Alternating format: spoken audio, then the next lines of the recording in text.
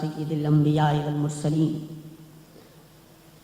وعلی آلہ الطیبین الطاہرین واصحابہ الہادین المہدیین والذین اتبعوہم بإحسان الی یوم الدین اما بعد اعوذ باللہ من الشیطان الرجیم بسم اللہ الرحمن الرحیم ویسألونک ماذا ينفقون قل ما انفقتم من خیر ويسألونك ماذا ينفقون قل ما أنفقتم من خير فللوالدين والأقربين واليتامى والمساكين وما تفعلوا من خير فإن الله به عليم. عن عبد الله بن مسعود رضي الله تعالى عنه قال سألت رسول الله صلى الله عليه وسلم أي العمل أحب إلى الله قال الصلاة في وقتها قلت ثم من يا رسول الله قال بر الوالدين قلت ثم من يا رسول الله قال الجهاد في سبيل الله صدق الله مولانا العظيم وبلغنا رسوله النبي الكريم الأمين ونحن على ذلك لمن الشاهدين والشاكرين والحمد لله رب العالمين. تمام حضرات ادب کے ساتھ پڑھیے الصلاۃ والسلام علیک یا رسول اللہ وعلى آلك وأصحابك يا نبي الله الصلاة والسلام عليك يا حبيب الله وعلى آلك وأصحابك يا نور الله. اللہ کی حمد و ثنا کے بعد اس کے پیارے محبوب دانائے غیوب منزہ عن الخطأ والعیوب امام الانبیاء حبیب کبریا شہی ہر دوسرا شب اسرا کے دلہا سیاہ لا مکان جان عاشقاں محبوب شیریں دہنا رشک سرو قداں رحمت للعالمین سید الانبیاء والمرسلین فخر الاولین والآخرین رحمت للعالمین احمد مجتبی جناب محمد رسول اللہ صلی اللہ علیہ وآلہ وسلم کی بارگاہ بے کس فنا میں ہدیہ درود و سلام پیش کرنے کے بعد انتہائی احترام کے قابل آج کی اس محفل کے اجالے، آج کی اس محفل کی رونق، اس محفل کی زینت صاحب محفل کے پیر و مرشد خواجہ خواجگان حضرت صاحبزادہ خواجہ غلام رسول صاحب ثانی کگیلوی دامت برکاتہم العالیہ میرے لیے انتہائی احترام کے قابل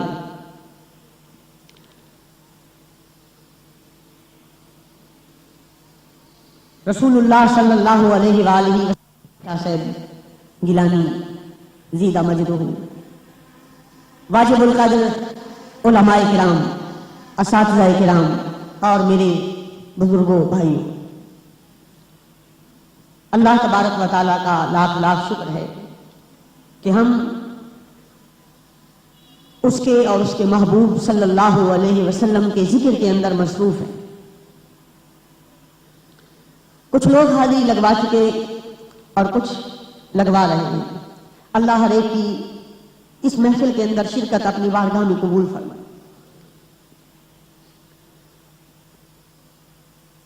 سب سے زیادہ مبارکباد کے مستحق وہ لوگ ہیں جو محفل میں چپ چاپ شریک ہوتے ہیں. نہ تو ان کو یہ امید ہوتی ہے ہمارے نعرے لگائے جائیں گے، نہ ان کو یہ امید ہوتی ہے مجھے خطیب پاکستان کا لقب دیا جائے گا، نہ ان کو یہ طمع ہوتا ہے کہ مجھے ثنا خان کی فہرست میں رکھ کر پکارا جائے گا. محض ان کا آنا رسول اللہ صلی اللہ علیہ وسلم کی محبت کے لیے ہوتا ہے. جہاں جگہ ملتی ہے بیٹھ جاتے ہیں اور اپنے دل کے ارمان پورے کر کے چلے جاتے ہیں. ایسے لوگوں کو میں کروڑ بار جھک کر دل کی گہرائیوں سے مبارکباد پیش کرتا ہوں. میں نے قرآن مجید سے ایک آیت مبارکہ اور سیاستہ کی کتابوں سے ایک مختصر حدیث پاک تلاوت کی ہے. قرآن مجید میں اللہ تبارک و تعالیٰ کا ارشاد پاک وَيَسْأَلُونَكَ مَاذَا يُنْفِقُونَ، اے محبوب یہ تم سے پوچھتے ہیں کہ خرچ کریں تو کیسے کریں، خرچ کریں تو کیسے کریں۔ اے محبوب انہیں بتلا دو جب خرچ کرنا ہو تو فَلِلْوَالِدَيْنِ، ماں باپ کے لیے خرچ کرو۔ قُلْ مَا أَنفَقْتُم مِّنْ خَيْرٍ، اے محبوب پوچھتے ہیں خرچ کیسے کریں تو ان کو کہہ دو والدین کے لیے خرچ کرو۔ حضور صلی اللہ علیہ وسلم کے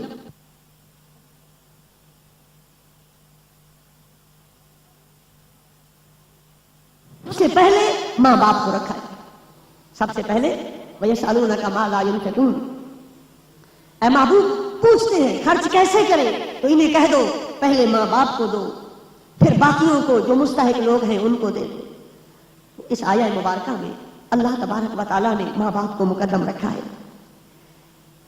یہ محفل سعید کے والد کے ایصال ثواب کے لیے، تو میں چند احادیث مبارکہ، وہ خواجہ صاحب کی طبیعت بھی علیل ہے، فرما رہے تھے زیادہ دیر بیٹھا نہیں جاتا، تو انشاءاللہ احادیث مبارکہ چند عرض کروں گا اور اس کے بعد انشاءاللہ اجازت چاہوں گا۔ آپ پوری توجہ کے ساتھ سماعت فرمائیے، بھلے آپ سبحان اللہ نہ کہیں، ہاں جی نعرے نہ لگائیں، سم بکم امیون کی تصویر بن کر بیٹھے رہے، پر میں جلدی انشاءاللہ آپ کی جان چھوڑ دوں گا۔ حضرت عبداللہ ابن مسعود رضی اللہ تعالیٰ، یہ سرکار کے بڑے لاڈلے صحابی، ان کی والدہ نبی پاک صلی اللہ علیہ وسلم کے سینگ میں جھاڑو پھیرتی، سرکار کے برتن دھوتی، سرکار کے کپڑے دھوتی، نبی پاک کے لیے پانی گرم کرتی، ماں پانی گرم کرتی اور بیٹا ٹپ اٹھا کے سرکار کی خدمت میں لے آتا۔ کتنے بڑے لوگ تھے، کتنی بڑی نوکری ملی، یہ 20,000 40,000 یہ 60,000، جی نیسلے کا بڑا ڈر ہے اس کی 1,30,000، یہ خاک تنخواہیں ہیں، یہ خاک نوکریاں ہیں، یہ خاک عہدے ہیں۔ سب سے بڑا عہدہ تو ان کا ہے جن کو ان کے در کی خاک چھاننا نصیب ہوا،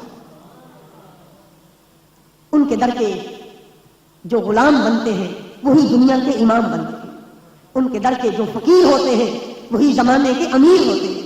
حضرت عبداللہ ابن مسعود نبی پاک کے خاندانی نوکر،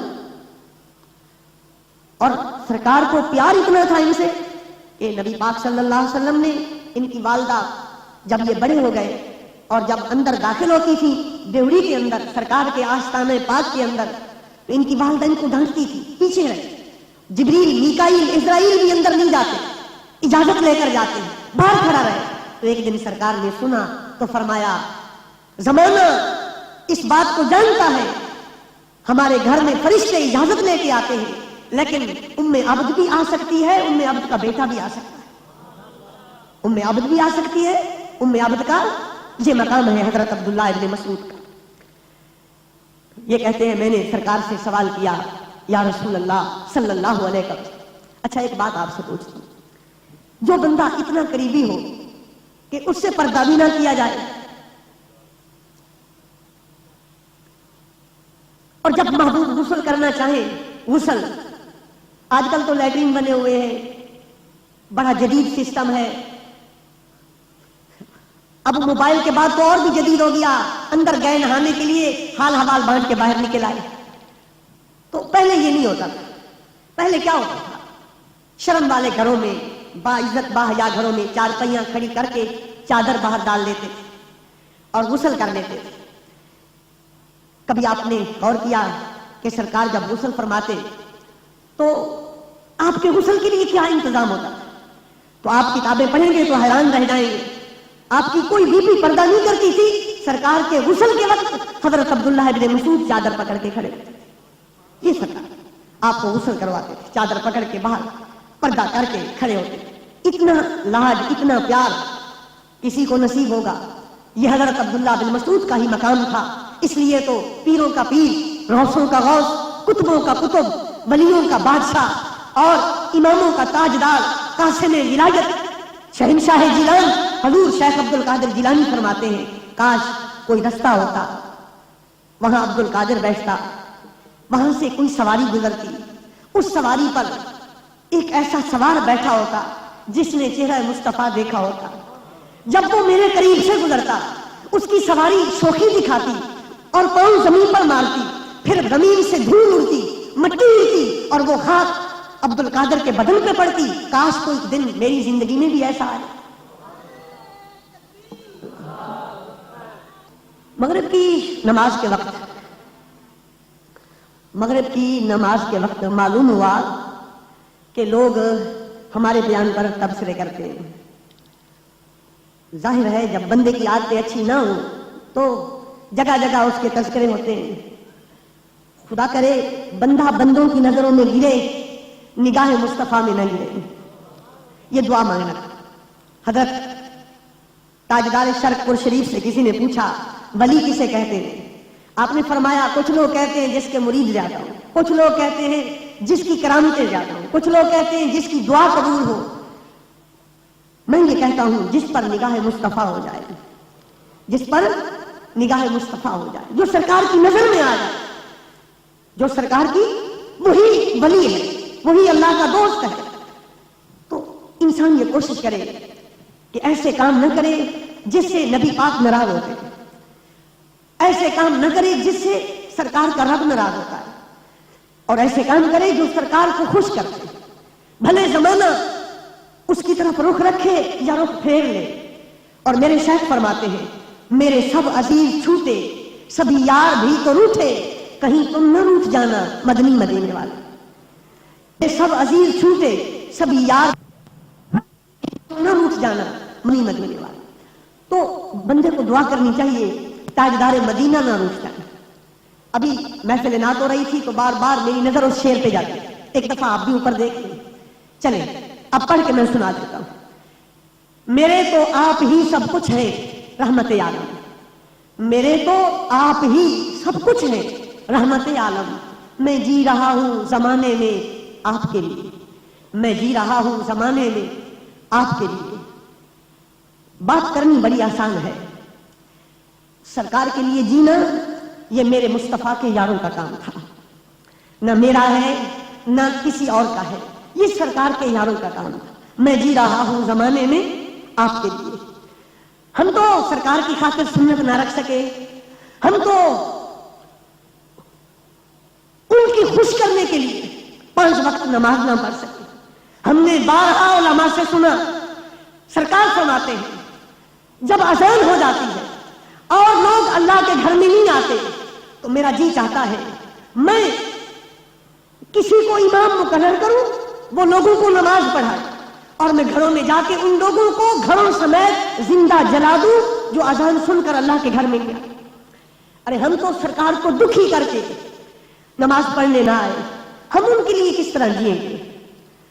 کبھی وقت کے حاکم کے لیے ہم چپ رہتے ہیں، کبھی محلے داروں کے لیے، کبھی جگیرداروں کے لیے، فاسق فاجر لوگوں کے لیے ہم چپ رہتے ہیں، سرکار کی گستاخیاں کرتے ہیں. ہم کہتے ہیں کیا ہے؟ اور اس دور کا جو بدکار فاسق بے ایمان حاکم ہے، 4-5 سال ہوئے معاشرے میں ایک ایسا ماحول بن گیا ہے جہاں کہیں رسول اللہ کی عزت پہ کوئی بکتا ہے اور کسی کا دل دکھتا ہے تو لوگ کہتے ہیں میاں چھوڑو یہ مولویوں کے جھگڑے ہیں. یہ گویا نبی کی عزت کرنا یہ صرف مولویوں کا کام ہے، نماز پڑھنا یہ صرف مولویوں کا کام ہے.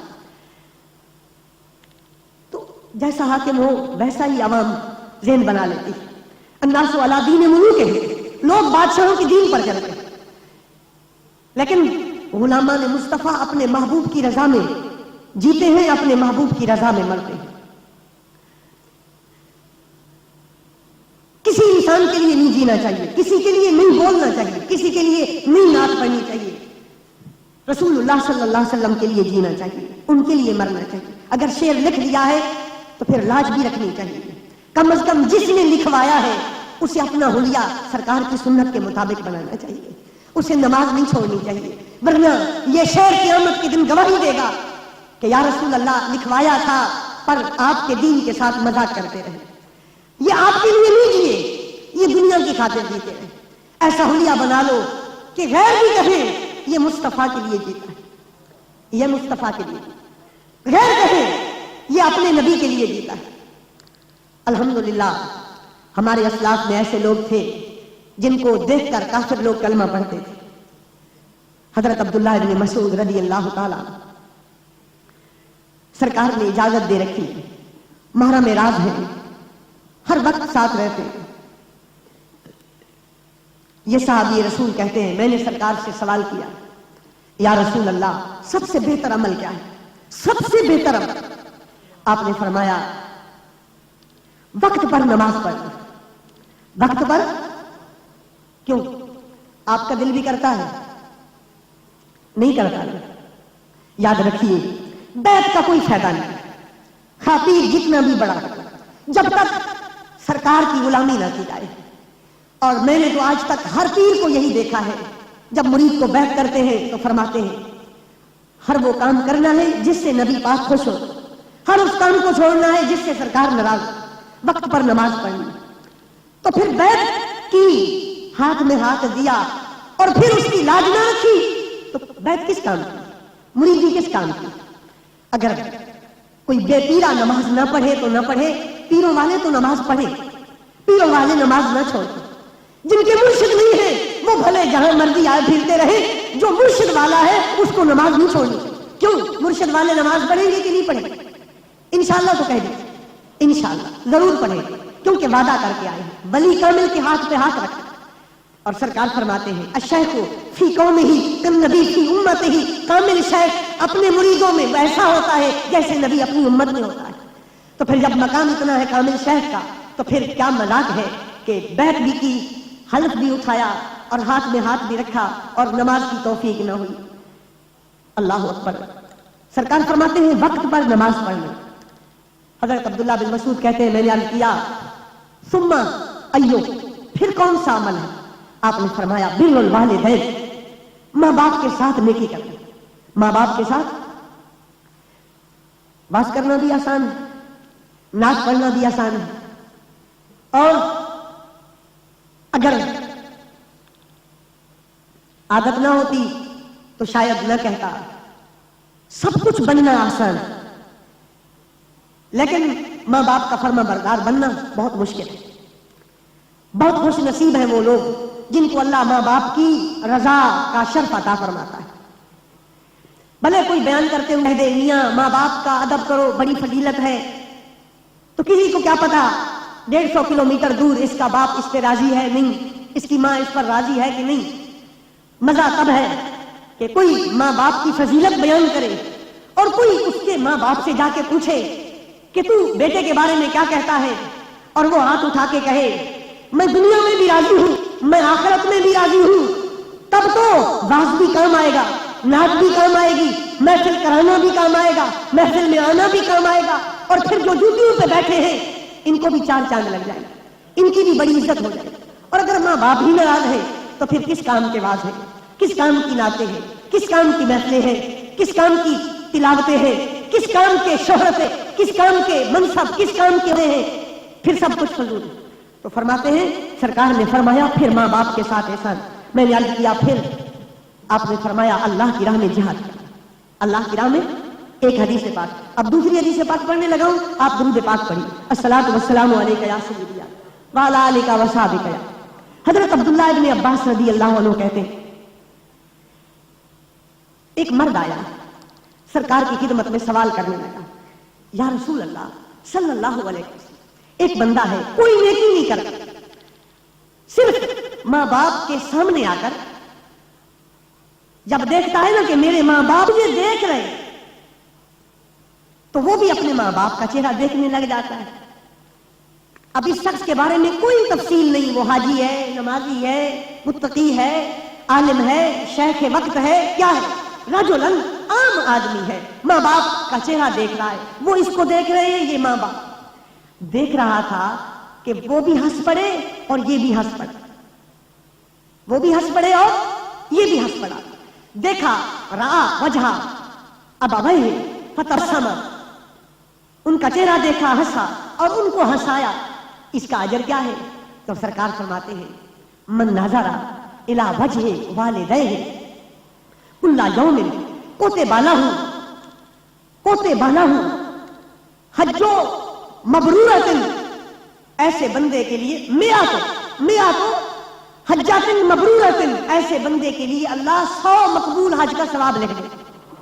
100 مقبول حج کا کوئی عمل نہیں کیا، صرف چہرہ دیکھا ماں باپ کا، جن کے مکھڑے کو تکنے سے اتنے کرم ہوتے ہیں، ان کے قدم دبانے سے کتنا اجر ملے گا۔ بات کرتے عمر گزر گئی، کبھی یہ توفیق تو نہ ملی کہ نفس کو پیچھے رکھ کے اور کتے اندر کے کتے کو دھکا دے کر، بھلے باپ نہ مانتا ہو، زبردستی اس کے قدم پکڑ لیے، بوسہ بھی دے دیا اور کچھ دیر دباتا بھی رہا۔ وہ روکتا ہے کہ نہیں ایسا نہ کر، یا ناراض ہے اس لیے روکتا ہے، یا اس لیے روکتا ہے کہ بیٹا عزت والا ہے، عالم ہے، شیخ ہے، نیک ہے، نعت خوان ہے، قرآن کا حافظ ہے، لیکن بیٹے نے پاؤں دبائے، خدمت کی۔ اب خود اندازہ کرو، جن کے رخ کو دیکھنے سے 100 حج مقبول کا ثواب ملتا ہے، اگر ان کے قدم دبائے گا تو خدا کی کتنی رحمت کی بارشیں ہوگی، ان کی تھکن دور کرے گا، اور دنیا کما کے ہتھیلی پہ رکھ کے آ کے یہ کہے گا ساری زندگی میں یہی کمایا، ایک ٹکا بھی نہیں رکھا، آپ کی نظر کرتا ہوں، جتنا جی چاہے مجھے عطا کرو، جتنا جی چاہے میرے بہن بھائیوں پہ صرف کرو۔ ایسے بندے کا کیا مقام، جو سب کچھ کما کے ماں باپ کو دے۔ اللہ ہمیں ماں باپ کا ادب نصیب فرمائے۔ بڑی بات ہے ماں باپ کا ادب کرنا۔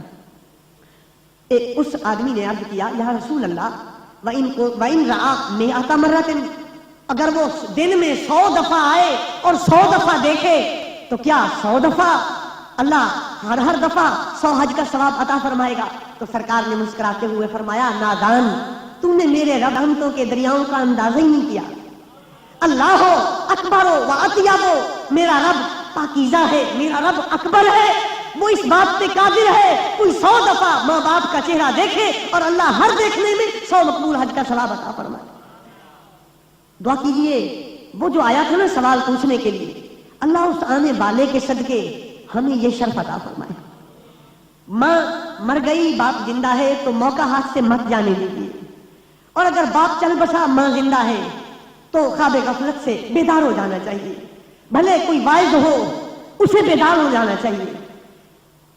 عقل مند وہ ہے جو دیوار پہ لکھی بات سے نصیحت حاصل کرے، انسان اپنے واسطے خود نصیحت حاصل کر لے۔ ماں باپ کا ادب، ان کی خدمت بہت بڑی بات، ان کو خوش رکھنا بہت بڑی عظمت کی بات۔ تیسری حدیث پاک، حضور نبی اکرم تاجدار عرب و عجم فخر آدم و بنی آدم صلی اللہ علیہ وسلم تشریف فرمائے۔ آپ بھی درود پاک پڑھ لیجیے، الصلاۃ والسلام۔ یہ دن فتح مکہ کا دن ہے، غالباً سن ہجری 9 ہے یا 8 ہے، سن ہجری 8۔ سامنے کعبہ شریف، ذرا تصور کیجیے، اللہ کے گھر میں اللہ کا محبوب، یوں کہیے کعبے کے سامنے کعبے کا کعبہ، کعبے کے سامنے اور زمانے کے قبلے کے سامنے اللہ کا قبلہ، دنیا کے قبلے کے سامنے اللہ کا قبلہ آیا۔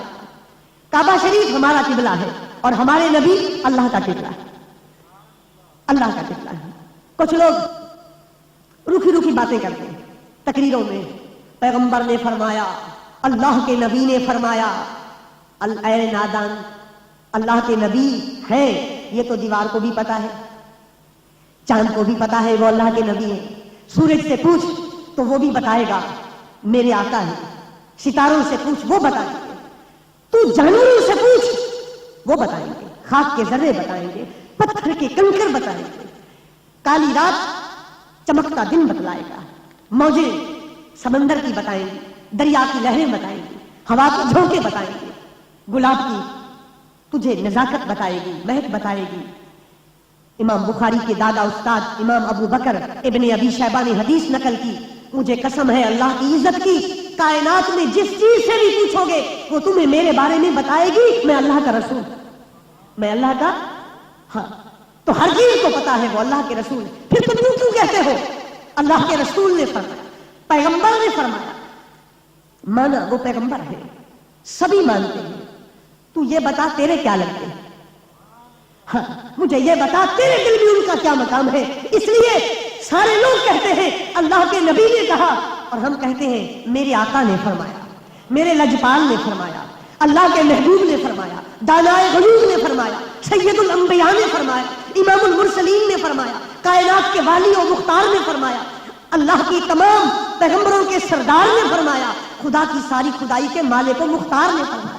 ہم یوں بولی بولتے ہیں، ہم زمانے میں اپنی بولی سے پہچانے جاتے ہیں، لوگوں کی بولی جدا ہے، ہماری بولی جدا ہے، ہماری بولی میں رسول اللہ کے مقام کی خوشبو آتی ہے، اور لوگ ایسی بولی بولتے ہیں نہیں پتا چلتا، اپنی خالہ کے لڑکے کا تعارف کراتے ہیں، چچا زاد کا تعارف کراتے ہیں، یا اپنے بھائی کا تعارف کراتے ہیں، یا ان کا تعارف کراتے ہیں جو عرش پر جاتے ہیں تو جوڑے پہن کر جاتے ہیں، یا ان کا تعارف کراتے ہیں جن کے پیچھے نبی کھڑے ہوتے ہیں، ان کا تعارف کراتے ہیں جن کے لیے نبی کھڑے ہوتے ہیں، ان کا تعارف کراتے ہیں جن کے دل میں خیال آئے تو خدا قبلے بدل دیتا ہے۔ ایسی بولی بولا کرو کہ پتہ چلے تمہارے دل میں سرکار کا کتنا ادب ہے، کتنا مقام ہے۔ سامنے کعبہ ہے، اس کے سامنے کعبے کا کعبہ، سامنے قبلہ ہے مخلوق کا، اور اس کے سامنے اللہ کا قبلہ ہے۔ صحابہ ساتھ جیسے چاند ستاروں کے جھرمٹ میں، آمنہ کے لال اپنے یاروں کے جھرمٹ میں، ہر کوئی کعبے کو تکتا ہے، اور کیوں نہ تکتے؟ روز 5 وقت کعبے میں آتے ہیں، اٹھتے تھے تو کعبے میں آتے تھے، سوتے تھے تو کعبے سے ہو کر سوتے تھے۔ پھر 8 سال گزر گئے، کعبے کی دیوار تک نہ دیکھی، 8 سال بعد آئے۔ کیا ان کے دل کی امنگیں ہوں گی، کیا ارمان ہوں گے صحابہ کے دل میں کعبے کے لیے؟ تک ہی رہے تھے کعبے کو کہ کعبے نے دیکھا جو بندہ سب سے زیادہ کعبے کو تکتا ہے، اس کو فرمایا ابو بکر قم، کھڑے ہو جا۔ کھڑے ہو گئے، اپنے باپ کے پاس جاؤ، ان کی زیارت کرو۔ عرض کی یا رسول اللہ صلی اللہ علیہ وسلم، آپ جانتے ہیں ہم بڑے عرصے بعد کعبے میں آئے، ایک طواف نہ کر لوں دل مچلتا ہے۔ جب یہ عرض کیا نا طواف نہ کر لوں تو میرے آقا نے کیا فرمایا، سنیے اور سر دھنیے، خدا کرے ابو بکر کے صدقے مجھے پہلے اور پھر آپ کو ماں باپ کی قدر نصیب ہو جائے۔ سرکار نے فرمایا ابو بکر ہم نے کہہ دیا جاؤ باپ کے پاس۔ عرض کی یا رسول اللہ وہ اندھا ہے، آنکھوں کا بھی دل کا بھی، یعنی کافر ہے۔ میرے کریم نے فرمایا ابو بکر باپ کے پاس جاؤ، تمہارا ایک نظر ابو قحافہ کا چہرہ دیکھنا کعبے کے 100 طواف سے بہتر ہے، کعبے کے 100 طواف سے بہتر ہے۔ امام عبید مالکی نے عمدۃ التحقیق میں اس روایت کو نقل کیا۔ اب سوچئے باپ کافر ہو، ایک دفعہ چہرہ دیکھنا 100 طواف سے افضل ہے، اور جن کے ماں باپ ولی ہو، نیک ہو، سرکار کے عاشق ہو، نبی پاک کے دیوانے ہو، درود پڑھتے اٹھتے ہو، درود پڑھتے سوتے ہو، نماز کے پابند ہو، اور جب نبی پاک کا ذکر آئے ان کی آنکھیں آنسو برسانا شروع کر دے، ایسے ماں باپ کے چہرہ دیکھنے میں